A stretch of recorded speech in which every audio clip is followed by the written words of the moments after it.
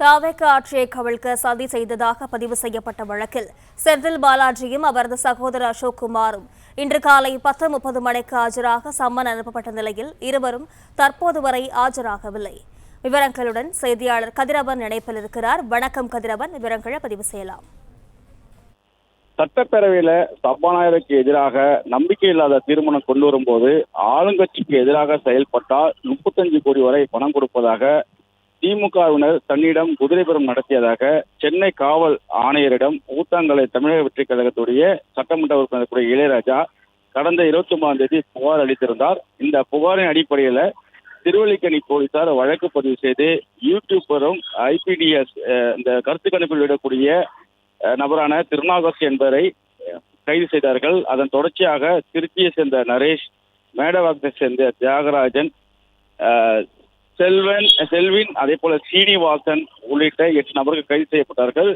கரூரை சேர்ந்த ரமேஷ், கார்த்திக் உள்ளிட்டரும், நாமக்கல் சேர்ந்த அசோக்குமார் என்ற நபரும் பிடித்து விசாரணை செய்யப்போது ரமேஷ், கார்த்திக் சிறையில் அடைக்கப்பட்ட நிலையில் அசோக்குமாரிடம் விசாரணை நடத்தப்பட்டு பின்னர் விடுவிக்கப்பட்டார். இந்தியில் முன்னாள் அமைச்சரக்கூடிய செந்தில் பாலாஜி, அவரது சகோதரர் அசோக்குமார் ஆகியோர் கேட்டுக்கொண்ட அடிப்படையில் தான் நாங்கள் இவ்வாறு செயல்பட்டோம் என்றும் தெரிவித்தனர். எனவே செந்தில் பாலாஜி, அவரது தம்பி அசோக்குமார் ஆகியோரும் கைது செய்ய போலீசார் தீவிரம் காட்டி வருகிறார்கள். கரூர் ராமகிருஷ்ணபுரத்தில் உள்ள அசோக்குமாரின் வீடு மற்றும் கரூர் அருகே உள்ள ராமேஸ்வரத்தில் உள்ள பூர்வீக வீடு உள்ளிட்ட பகுதிகளில் தனிப்படை போலீசார் தேடுதல் வேட்டையில் ஈடுபட்டார்கள்.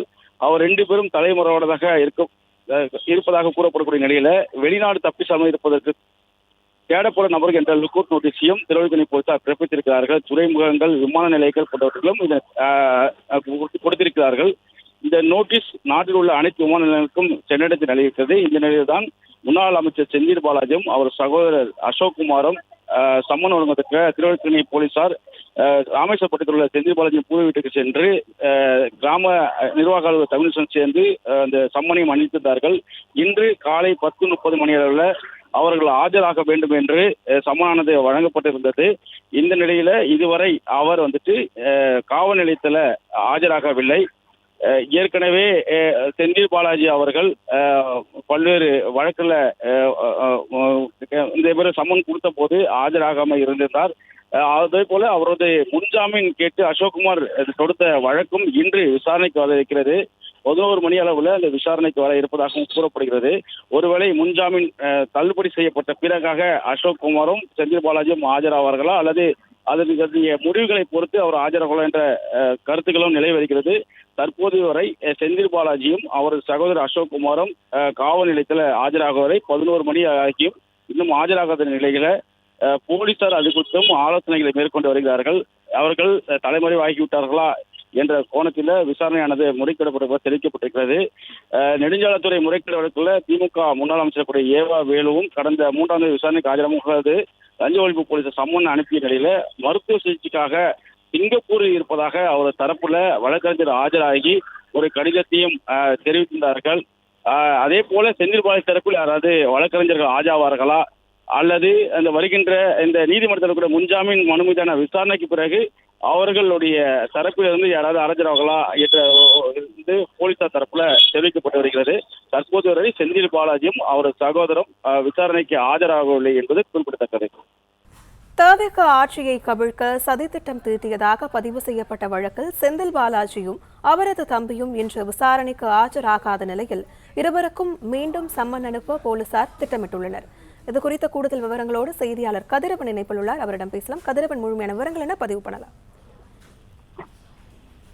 தமிழக வெற்றிக் கழகத்தின் ஆட்சியை கவிழ்க்கும் சதி செய்து பேரம் பேசிய விவகாரத்துல 8 நபர்கள் கைது செய்திருக்கிறார்கள். குறிப்பாக சட்டப்பேரவையில சபாநாயகருக்கு எதிரான தீர்மானம் கொண்டு வரும்போது ஆளுங்கட்சி சட்டமன்ற உறுப்பினர்களை எதிர்கட்சியாக இருக்கக்கூடிய திமுகவுக்கு ஆதரவாக அந்த தீர்மானத்தை கொண்டு வரும்போது அதுக்கு ஆதரவாக வாக்கு செலுத்த வேண்டும் என்று கூறி ஒவ்வொரு சட்டமன்ற உறுப்பினர்களுக்கும் 35 கோடி ரூபாய் வரையும் அதே போல அதிகபட்சமாக 50 கோடி வரை பேரம் பேசியதாக கூறப்படும் விவகாரத்துல சட்டமன்ற உறுப்பினர் கூடிய இளையராஜா என்பவர் திருவல்லிக்கேணி காவல் நிலையத்தில் புகார் அளித்தார். குறிப்பாக அரும்பாக்கத்தை சேர்ந்த திருநாகஸ் என்ற IPDS என்ற கருத்து கணிப்பு நிறுவனத்தை நடத்தி வரக்கூடியவரும் யூடியூபருமான அவர்தான் தன்னை தொடர்பு கொண்டு தன்னை 35 கோடி வரை பேரம் பேசியதாகவும் தொடர்ச்சியாக மிரட்டல் விடுப்பது வகையில் அவர் பேசி வருவதாகவும் காவல் நிலையத்த புகாரளித்த பேரில் வழக்கு பதிவு செய்யப்பட்டு திருச்சியை சேர்ந்த நரேஷ், சென்னை மாவட்டத்தை சேர்ந்த தியாகராஜன் அது உள்ளிட்ட 8 நபர்கள் இதுவரை கைது செய்யப்பட்டிருக்கிறார்கள். எம்எல்ஏ இளையராஜாவை தொடர்பு கொண்டு அவர்கள் தொடர்ச்சியாக மிரட்டல் விடுத்த வகையில் பேசியதாகவும், அது மட்டும் இல்லாமல் இந்த விவகாரத்தில் கைது செய்யப்பட்ட நபரிடம் மேற்கொண்ட விசாரணையின் போது திமுக எம்எல்ஏவும் முன்னாள் அமைச்சராக இருக்கக்கூடிய செந்தில் பாலாஜி மற்றும் அவரின் சகோதரர் கூடிய அசோக்குமார் இருப்பது தெரிய வந்திருக்கிறது. தமிழக விட்டு கலைஞர் ஆட்சியை கவிழ்க்க 180 கோடி வரை ஒரு கார்ப்பரேட் நிறுவனம் மூலமாக அவர்களுக்கு பணத்தை ஒதுக்கீடு செய்து அவர்கள் மூலமாக இந்த பணங்களை எல்லாம் கொடுப்பதற்கான ஏற்பாடுகளை செய்ய வந்திருப்பது விசாரணைகளை கண்டுபிடிக்கப்பட்டிருக்கிறது. இந்த வழக்கில் விசாரணைக்கு ஆஜராக கோரி முன்னாள் அமைச்சர் கூடிய செந்தில் பாலாஜி மற்றும் அவர் சகோதரர் அசோக்குமாருக்கு இன்று திருவல்லிக்கேணி காவல் நிலையத்தில் ஆஜராகி விளக்கம் அளிக்க வேண்டும் என்று சம்மனானது அவர் வீட்டில் உள்ள நேரடியாக சென்று அவர் தந்தை வேலுச்சாமி என்பவரிடம் வழங்கியிருக்கிறது. அதே போல தாமே இந்த முன்னாள் அமைச்சர் செந்தில் பாலாஜி மற்றும் அவர் சகோதரர் வெளிநாடுகளுக்கு தப்பி செல்லாத வகையில் லுக்அவுட் நோட்டீஸ் பிறப்பிக்கப்பட்டிருந்தது. இன்று 10:30 மணிக்கு அவர்கள் ஆஜராக வேண்டும் ஆஜராவார்கள் என்று எதிர்பார்க்கப்பட்ட நிலையில இருவருமே காவல் நிலையத்தில் ஆஜராகவில்லை. இந்த நிலையில்தான் இது குறித்து காவல்துறையில் ஒரு விளக்கமானது அளிக்கப்பட்டிருக்கிறது. சட்டப்பூர்வமான நடவடிக்கைகளை அடுத்த கட்ட நடவடிக்கைகளை நாங்கள் மேற்கொள்ள வேண்டும். சம்மனானது அடுத்த கட்டமாக அவருக்கு வழங்கப்பட இருப்பதாகவும் தெரிவிக்கப்பட்டிருக்கிறது. செந்தில் பாலாஜி மற்றும் அவர் சகோதரர் இருவருமே தொடர்பு கொள்ள முடியாத நிலையில் அவரது செல்போன் அணைத்து வைக்கப்பட்டிருப்பதாகவும் காவல்துறை தரப்பில் தெரிவிக்கப்பட்டிருக்கிறது. அதே போல சட்டமன்ற உறுப்பினர் கூட இளையராஜா மட்டுமே தற்போது வரை புகார் அளிக்கப்பட்டிருப்பதாகவும் வேறு புகார்கள் காவல்துறைக்கு வரவில்லை என்ற ஒரு தகவலையும் தெரிவித்திருக்கிறார்கள். அசோக்குமார் மற்றும் செந்தில் பாலாஜி இருவரும் இது தொடர்பு இருப்பதற்கான ஆதாரங்கள் கைது செய்யப்பட்ட இருவரிடமிருந்து கைப்பற்றப்பட்டிருப்பதாகவும் காவல்துறை தரப்பில் தெரிவிக்கப்பட்டிருக்கிறது. ஆடியோ ஆதாரங்கள், வாட்ஸ்அப் சாட்டுகள், அதே போல வங்கி பரிவர்த்தனைகள் போன்றவற்றெல்லாம் கைப்பற்றியிருப்பதாகவும் அதன் அடிப்படையிலே அசோக்குமாரின் பெயர் முதல் தகவல் சேர்க்கப்பட்டிருக்கிற நிலையில செந்தில் பாலாஜிக்கும் இது தொடர்பு தெரிய வந்து அவரை விசாரித்து அவரது பெயரையும் இந்த முதல் தகவல் அறிக்கை சேர்ப்பதற்கான ஆலோசனைகளை மேற்கொள்ளப்பட்டு வருவதாகவும் காவல்துறை தரப்பில் தெரிவிக்கப்பட்டிருக்கிறது.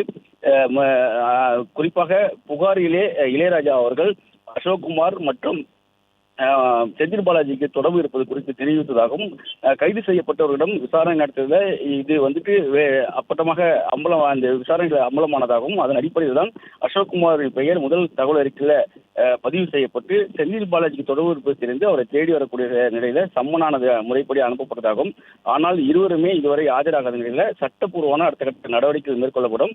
முதலில் அவர்களுக்கு 2வது கட்டமாக சம்மன்கள் அனுப்பப்படும் என்றும் தெரிவிக்கப்பட்டிருக்கிறது. அசோக்குமார் அவர்களின் முன்ஜாமீன் மனு மீதான விசாரணை இன்று உயர்நீதிமன்றத்தில் வரக்கூடிய நிலையில அந்த விசாரணையின் முடிவில் நீதிபதிகள் கூறும் கருத்துகளின் அடிப்படையில் அடுத்த கட்ட நகர்வுகள் இருக்கும் என்றும் தெரிவிக்கப்பட்டிருக்கிறது. தற்போது 2 நபர்களின் செல்போனும் சுவிட்ச் ஆஃப் செய்யப்பட்டிருப்பதாகவும் அடுத்த கட்ட சட்டப்பூர்வ நடவடிக்கைகளை மேற்கொள்ளவும் காவல்துறை உயர் அதிகாரிகள் ஆலோசனை மேற்கொண்டு வருவதாகவும் காவல்துறை தரப்பில் தெரிவிக்கப்பட்டிருக்கிறது.